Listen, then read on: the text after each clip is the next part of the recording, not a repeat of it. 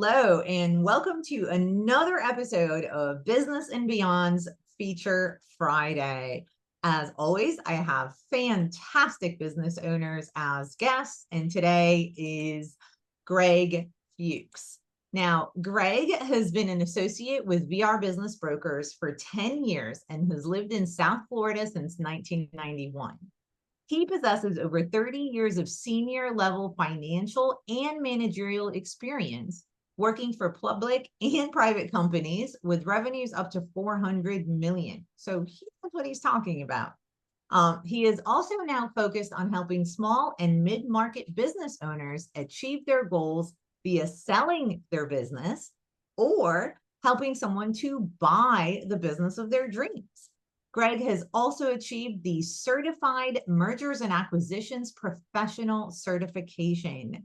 Greg, thank you so much for being here today. You are welcome, and thank you for having me. And it is always a pleasure to see you, Tanya. You too. So can you please give me an overview of your business and more importantly, why you got into it? Okay. Well, high-level simplicity, as you just sort of noted in the introduction, I work with small business owners. And by small business owners, the federal government defines a small business as 500 or less employees. To me, 500 employees is a big business.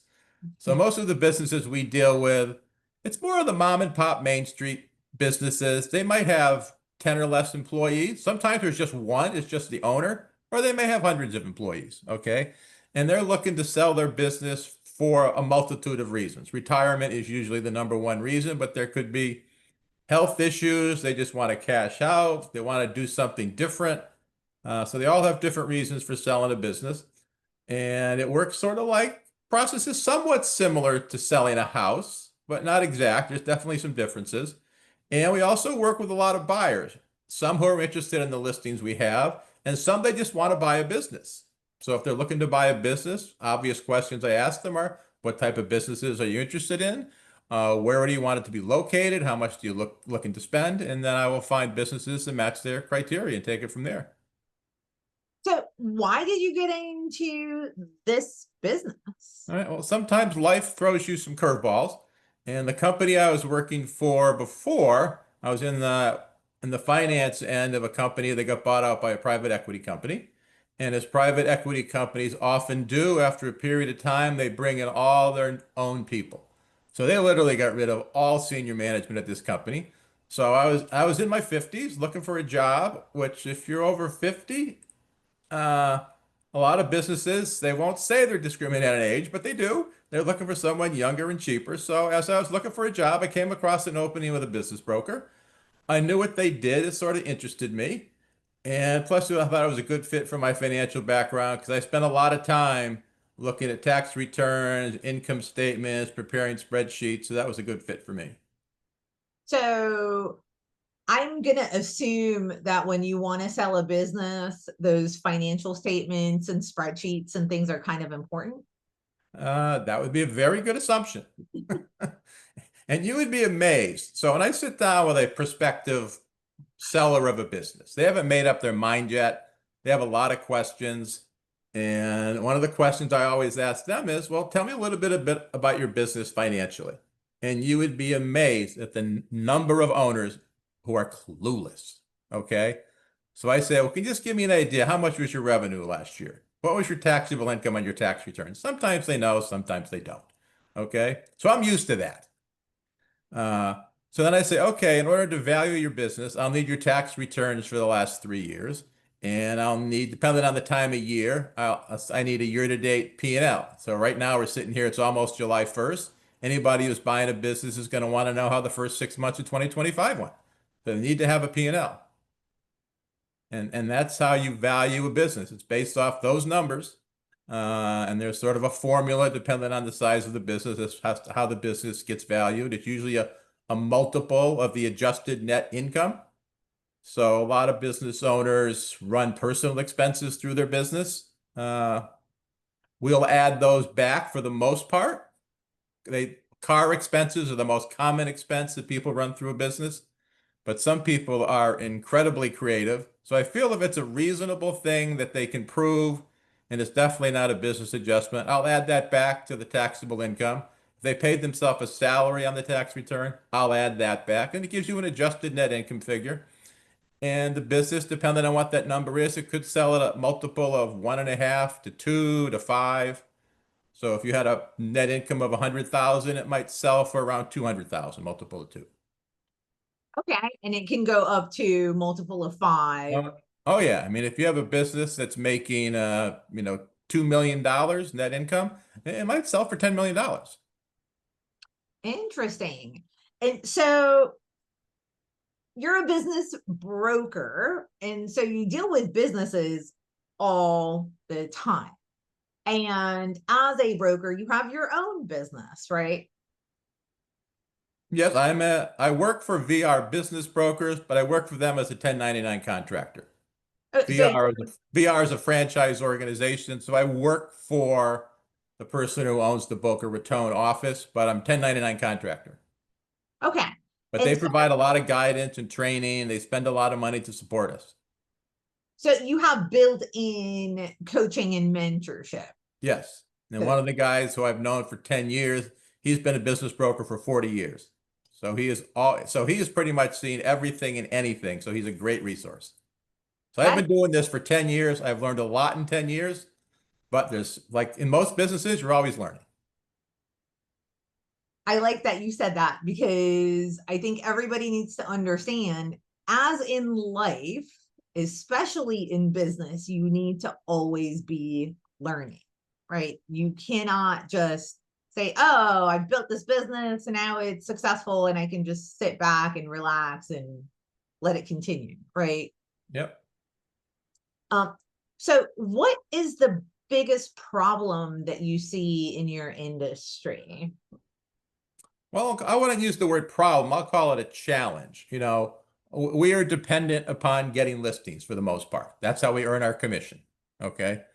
So getting listings, easier said than done. Because unlike when you're selling a house, you want the entire world to know your house is for sale. Okay.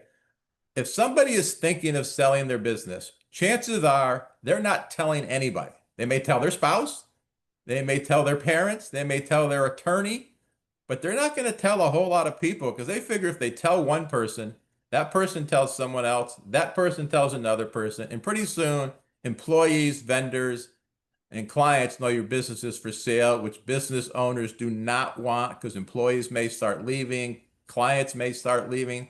So the process is very confidential. So finding those business owners that are thinking of selling their business, that is far and away the biggest challenge we have. And even after I sit down with someone, I'm always thinking two things, at least two things. One is, how serious is this person about selling his business? Or is he just a tire kicker? He's looking for that offer that's too good to refuse, which rarely comes along. And the other thing is, how sellable really is the business? Because there's some businesses, they're not that profitable, they're small, maybe in an incredible niche market, so it would be tough finding a buyer for the business. So I don't want to waste my time and their time if I don't think this is a sellable business. But I will also say, I took two listings a couple of years ago, and I figured when I took them, I really liked the owner. So I said, okay, let's see what happens. I'll take the listing because I really like you. In the back of my mind, I was thinking 5% chance of selling this business, and both of them sold. Wow. So you never know.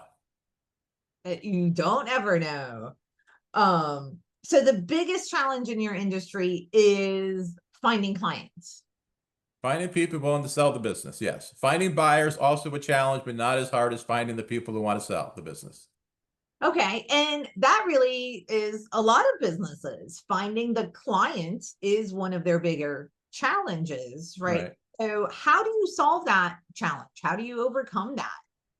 Well, we do some marketing. We have a database of about 10,000 people, realtors, people who have contacted us in the past about buying or selling businesses, lenders, et cetera, et cetera. So we send out email blasts about our listings just, to keep our name out there.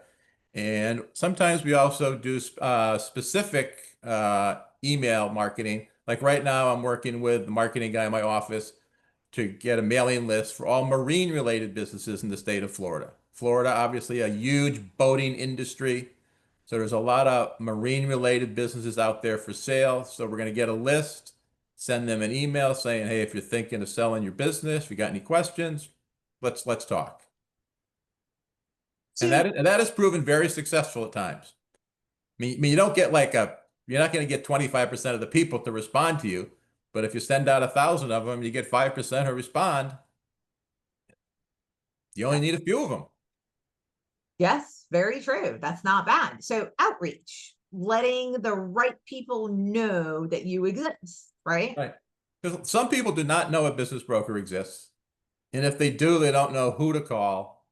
And then they still have a bunch of questions. How do you value my business? How do you sell the business? Do you keep the process confidential? So that's why my first meeting with somebody, it's just a feeling out process. I'm asking them a bunch of questions. They're asking me a bunch of questions.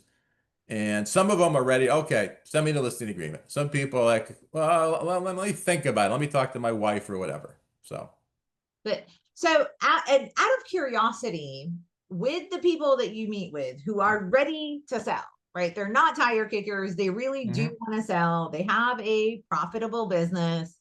How many of them are actually ready? How many of the businesses themselves are actually ready to be sold?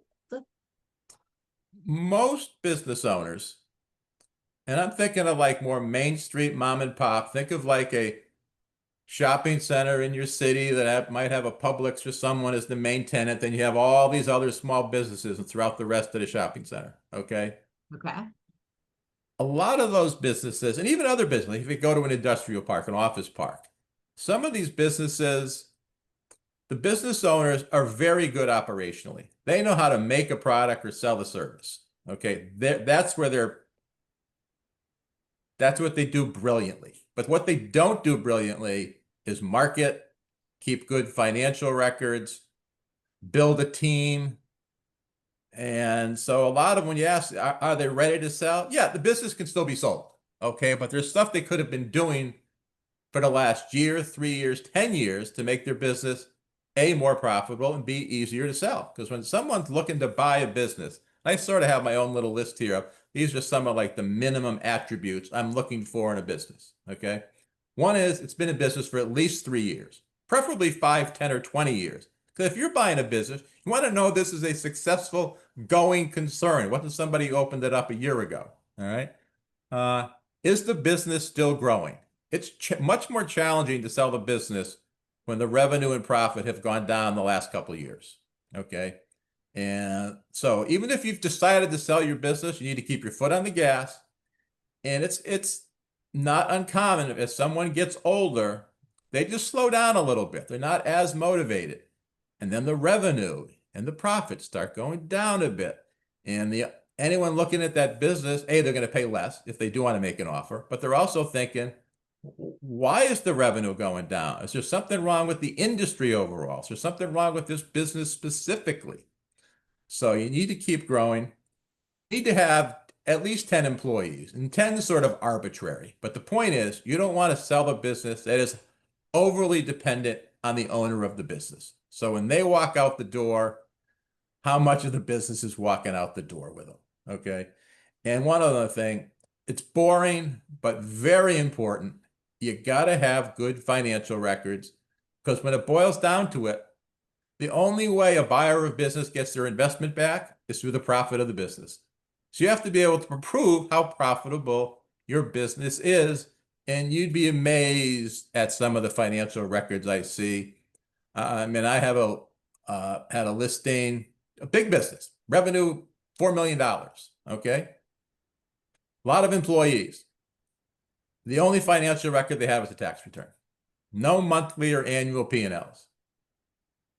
And, I'm an accountant by nature. So I like to know how every month is going. How profitable was it? How did it compare to last year for the same month? And some people don't have those records. So those are some of the minimum things. And I also like a business. I like a business that's making at least $100,000. Because if you own a small business, you're working 40 plus hours a week, and you don't want to do that for $30,000 or $40,000 a year. K minimum is what I would like. Doesn't mean I don't take listings less than that, but ideally, those are the attributes as a minimum make a business attractive to a buyer. So I normally talk about your business, your obstacles. However, you just brought something up that is near and dear to my heart, and that is monthly P&Ls, to be able to compare it to last year, right? The other thing is you need it so that you can see any trends and you plan accordingly, right? Yep. Have any months where you have cash flow issues Yep. that you can prepare for, so that you don't have to worry about, oh my gosh, where am I going to get the money to pay payroll, right? Yep. So I think bookkeeping and making sure that your financials are in order and that you track them and you look at them and understand them is very important, whether you're selling a business or not, just as a business owner, I right? agree with you 100%, but a lot of people hate accounting. They hate numbers. You ask most people, what was your least favorite subject in high school? Math is the answer for 80% of them. So even if companies have P&Ls or tax returns, I'll ask them questions, and you can tell they've never looked at that document. What makes up that number? I'm not really sure. Have to ask my CPA. How come revenue is down? And they give you, well, blah, blah, blah, blah, blah, blah. It's like, well, that's not a good answer. And I'll ask like someone right this time of year, how is 2025 doing versus 2024? And I asked this of a business owner yesterday, and she gave a very vague answer. Oh, I think it's about the same. No, I think no, it might be down a little. And I'm going, you need to be able to say, here's the P&L. It's up 5%, it's flat, whatever it is. That's the answer. When you start giving these vague answers, the buyer starts wondering, does this person understand their business? And she's sort of giving me an answer which makes me think the business isn't doing that well. That yes. If you have a business, you have to know how healthy it is, right? Or unhealthy. What's going on with your expenses? What's going on with your income? Why are they not what you had projected, right? What variance reports? What's going on this year that wasn't going on last year at the same time? And some of the business owners I deal with are exceptional at that. I would say at least 75% of them are semi-clueless. Oh, well, hopefully we can start changing that by educating. Now, if you're talking, because most of these businesses, they don't have a controller or anything. They know they run stuff through QuickBooks. We have a CPA who does it for them. And if you have a large business that's making $2 million, yeah, you're going to have a whole accounting staff who's going to take care of all that stuff. So I'm talking more about smaller businesses that are, might have 10 employees or less, which is a lot of the businesses we deal with. I mean, you can run those reports on QuickBooks. You can have your bookkeeper send reports on a monthly basis. Preaching to the choir here, Tanya. Right? It's not difficult. And I, for one, am happy to show anybody how you can look at your numbers. Right. So what makes you unique in the way that you help people buy or sell businesses? I think there's a couple things. One is, I have a financial background. I spent 30 years in corporate finance as a VP of finance controller, closing the books every month.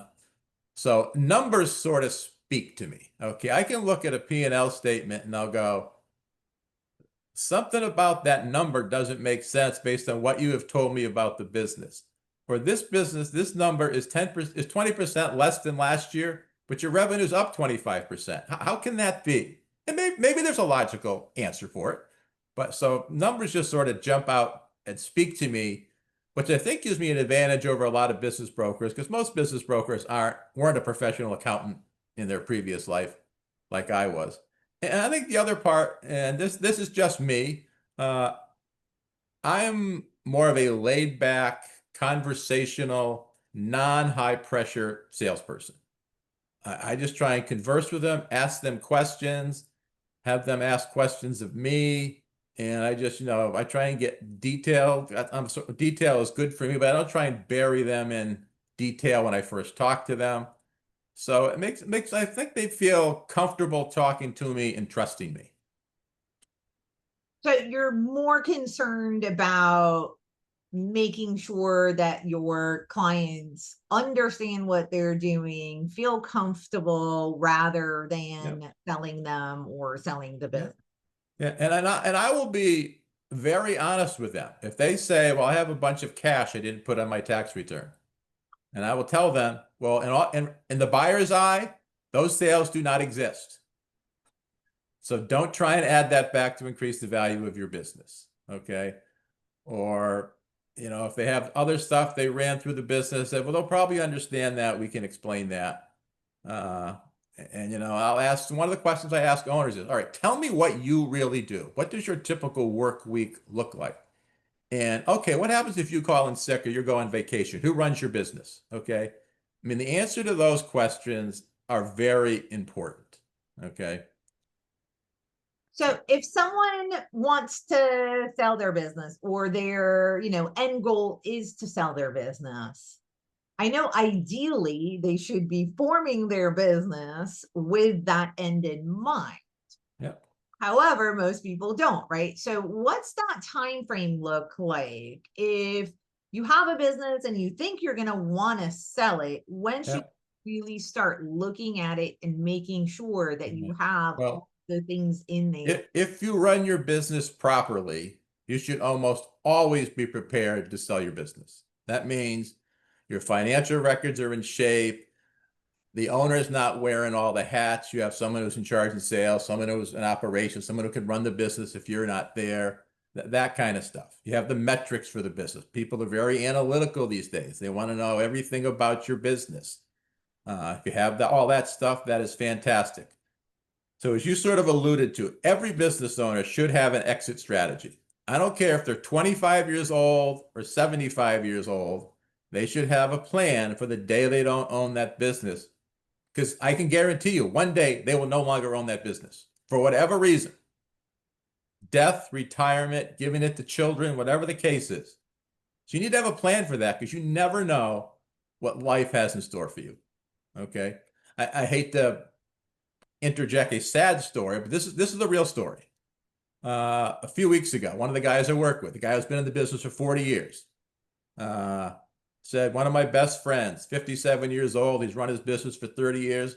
His doctor just told him he's got less than 6 months to live. Oh, The gentleman passed away 2 weeks ago. Fortunately, he had run his business properly. His wife was involved to a certain degree, and he had someone in the organization who they promoted to president. If they didn't have that, and this company employed over 30 people, the future of that company, the future of those 30 employees could have been over just like that. So you need to have a plan. And like all plans, plans can change. Oh, I'm going to sell my business to my daughter when I retire in 10 years. Well, the first question is, are you sure your daughter wants to do that? Or every year, check with your daughter. Hey, you still thinking of taking over the business 9 years from now?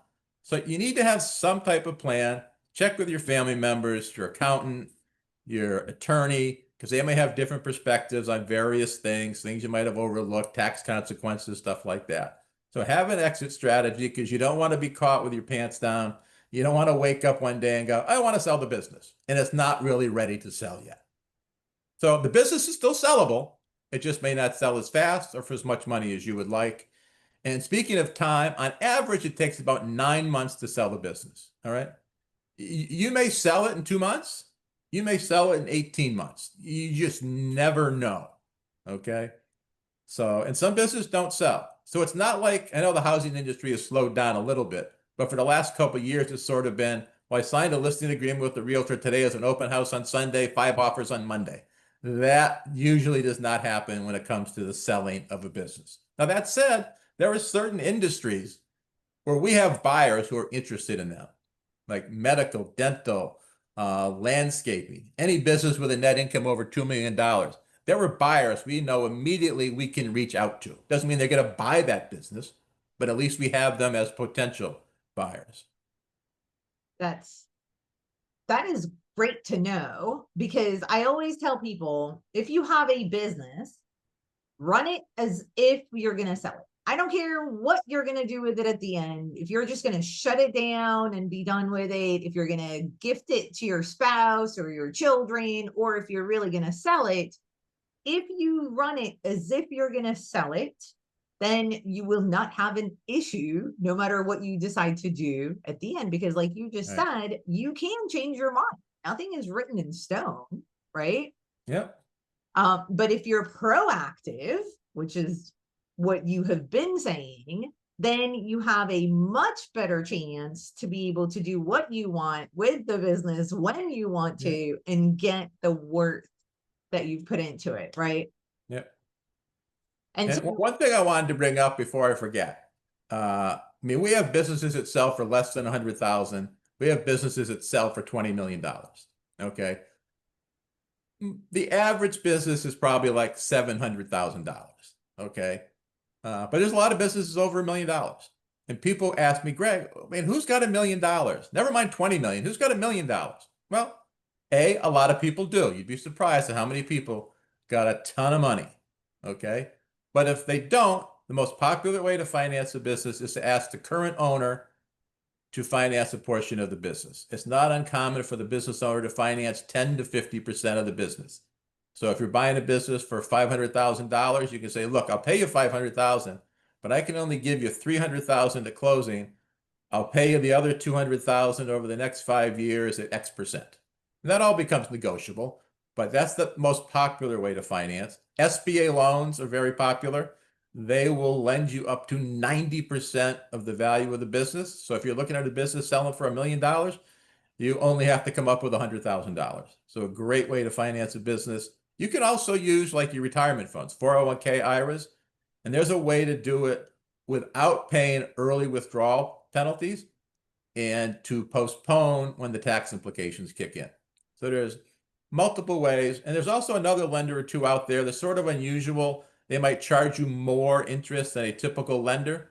But if you don't qualify for SBA and you have to be a U.S. citizen or a green card holder to get an SBA loan, if the owner won't finance the business, there's a lender we have that will finance up to 50 to 60% of the business. So there's all sorts of ways to finance out there.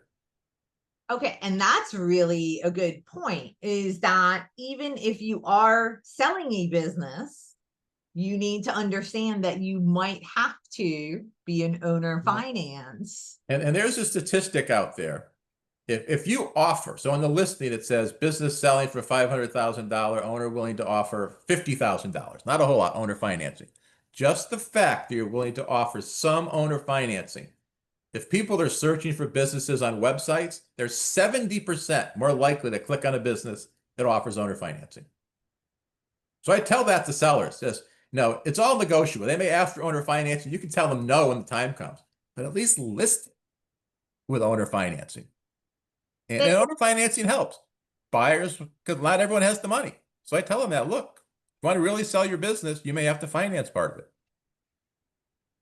That, yeah, it shows that you're willing to stay invested in your own company that you have built to assure that the new buyer is going. Yep. And buyers love that. You hit the nail on the head there.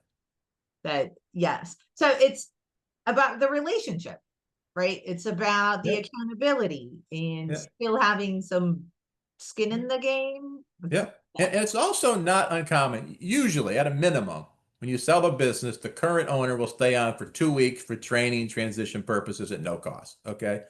A lot of businesses, you need the owner for longer than that. It's just maybe you don't understand the industry as well as that person does. Whatever, maybe you want to get introduced to their key vendors or key clients, whatever the case is. So they may ask an owner to stay on for a month, 6 months. Sometimes the owner will do it for free. Sometimes, well, I'm staying on for 6 months. You got to pay me something. Okay. And, and it's also sometimes they want to hire that owner. The owner's just, he likes the business. He's just tired of all the administrative stuff that goes with running a business. He goes, I'll stay on and do sales for you. So it's like you sold the business, got rid of all those headaches, but you still have a job, you still have an income, which is good. I'll say people who are getting somewhat near retirement age, and everyone has a different opinion of retirement age. Some people are 55, other people at 75. But you don't want to go down that path with us, which I think I mentioned earlier, where you start getting a little lazy and taking your foot off the gas pedal. All right. Sell the business. Maybe they'll hire you as an employee, or you can go get a job somewhere else. So you sold your business, maximize what you got for it, and you can still go earn a living for the next several years doing something similar or different. So there are a lot of things that you have spoken about that actually make you kind of unique in what you do and how you help people. One is your financial background. And so you understand the numbers, you know when things kind of look different and might need a clarification, right? You listen to people and see what it is that they're really wanting, what it is that they're willing to do. You advise them properly and honestly on what's going on and how much they can get and what they need to do to get that. You've also talked about being, not having the business being dependent on you. Mm-hmm. Right. So that the other person, the buyer, can actually come in and take over the business and continue to run it and not have all of the clients kind of. And that part is huge. I have 2 listings right now, only like 5 employees. So the owner wears a lot of hats, and both of them are great businesses, been around a long time, nice cash flow. Most of the prospective buyers just said, I'd love to make an offer, but the business is so dependent on that owner. I think there's too much risk. So it's a real thing. It doesn't mean that you can't sell the business. It may take you longer. You may not get as much as you want. But if you got that right-hand man or woman who can run the business while you're not there, that helps a lot. And so with those types of sales, do you also help the seller and the buyer negotiate how long the seller is going to stay on the business, what they're going to do to help the I mean, all the offers are in writing. So, obviously the price is the biggie. And how do you want to do it? Oh, I'm going to do an SBA loan, put down 10%, et cetera, et cetera. Or I'm going to pay all cash, whatever it is. Then you get into the other stuff, and one of them is, okay, how long do you need to stay, keep the owner on for? And they might go back and forth where they'd really love to have them stay for 6 months. Will they stay for 6 months? And it says, well, you can certainly ask for it and see how they respond. But I'll tell them, look, this is not the first time this issue's come up with a prospective buyer. I can pretty much tell you they might be willing to do 3 months. This person really wants to retire. He doesn't want to hang around for 6 months. So I'm honest with them. Doesn't mean they still might not ask for 6 months in the offer. And we'll see what we say. But when it comes to selling a business, everything is negotiable. Nice. Non-compete agreements. If there's certain assets of the business you don't want to include in the sale. What are the terms of owner financing? All negotiable. Everything. And so don't be afraid if you want to buy a business. And unlike selling a house, if you sell a house, it usually gets appraised. This house is worth $500,000. As the owner, you're probably not going to get a lot more than 500, and you're probably not going to sell it for much less than 500. There is much more of a gray area with businesses. There could be a business listed for $500,000 that ends up selling for $350,000. You just never know. You don't. And that's why you need a good business broker who can tell you honestly what to expect and how to price it and what to negotiate. So one of the things that I do in these podcasts is ask what we've talked about the challenge of getting clients.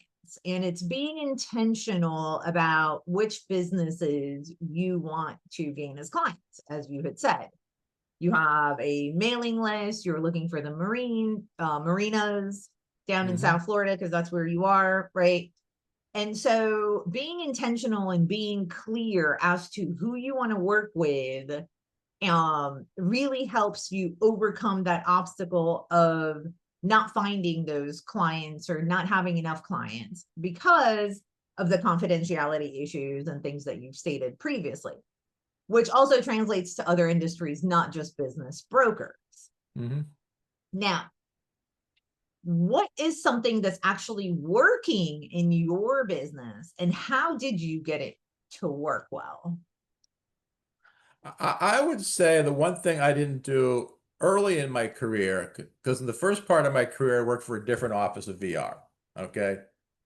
And then he ended up closing down the office, went to work for the one in Boca, which is much more professionally run. Okay. And one of the things, and even they didn't do it at the beginning, but I mentioned earlier doing the email marketing, and I used the example of the marine industry. I have a gentleman in my office who did it in the transportation industry, and he has, in the past year, gotten multiple listings, sold at least one or two of them.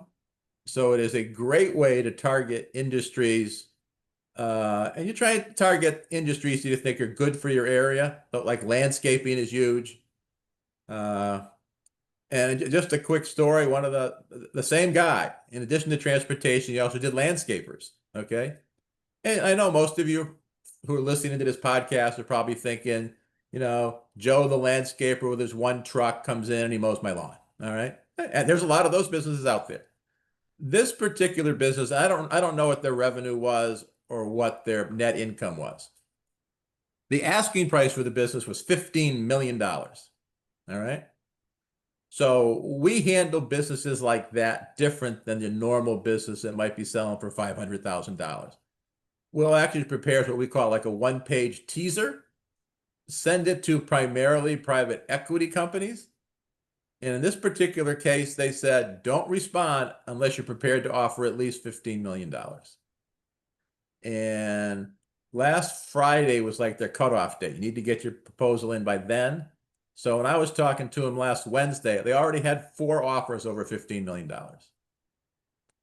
Wow. So, and they got that just by doing some email marketing. So that's one thing I'm trying to do more of. It's why I want to do it with the marine industry. And it's something I wish I knew about 10 years ago. So, Well, you do the best you can with what you have until you know better, and then you do yeah, better, right? That's you're always learning, as we talked about at the beginning. yes, most certainly. And so, what is the best way for people to contact you? I gave you my contact info. They can, get me on my cell phone, 954-661-2757, or they can email me at Greg, Greg, at vrbocaratone.com. And that information will be in the chat and at the end of this podcast. So don't worry if you had missed it. And so the last thing that I want to leave people with is, what is your advice to business owners on how they can be successful? All right. The first thing that jumps to mind is, and this may seem obvious to you, Tanya, but it's not obvious to all business owners, run it as a business, not a hobby. If you try and run it part-time, you're going to get part-time results. Now, that doesn't mean if you have a businesses of a certain size, you can be more of an investor, more of a semi-absentee owner. Yeah, you're going to have to hire someone to manage the business, which may cost $50,000 to $100,000 a year. But if you're only working 5 or 10 hours a week and the business is generating $1 million a year in cash flow, yeah, so you pay a guy $100,000 if that's what you want to do. But take the business serious. That is the biggest piece of advice. And then those attributes I talked about, easier said than done, but be in business at least 3 years, have a right-hand man, make at least $100,000, good financial records. All that stuff is real important. So the financial records, Yep. and keeping track of your metrics, Yep. and making sure you're running your business Yep. as a business and not a Yep. hobby Right. are all of the things that are going to get And you. the last thing I want to, now that I thought of it, one thing most business owners don't do well, if at all, is marketing. And I know in this day and age, you're thinking social media marketing, everybody does it. No, they don't. I would say 90% of the businesses I deal with, they depend upon repeat business from existing clients or referrals from those clients. They don't do any social media marketing or any other type of marketing. They don't do any cold calling. You'd be amazed the number of businesses don't even have websites. So that, and marketing, I know it can be confusing to people. I don't know how to do it. There's people, you can outsource that. You don't have to hire a marketing department. I know several people who'd love to help you with social media marketing. It would not cost you that much, and the benefit would probably pay off almost immediately. That is fantastic. And do you work with business owners who want to sell but have their business isn't quite ready to sell? They just need a few tweaks. How does that work? I always tell people, if they have a potential referral for me, I said, even if they're not sure they want to sell and they got a bunch of questions, I have no problem talking to them. I had a guy, and I forgot who gave me the referral, someone from a networking group, I think. And the guy owned a local business, and he was upfront and says, look, I'm not ready to sell right now. I just want to know I'm doing all the right things. So when the time comes, my business will be set. So went over a bunch of stuff, a lot of the stuff that you and I just discussed. And this guy had a very unique business, which I think as he grows it, somebody is going to pay him big money for his business.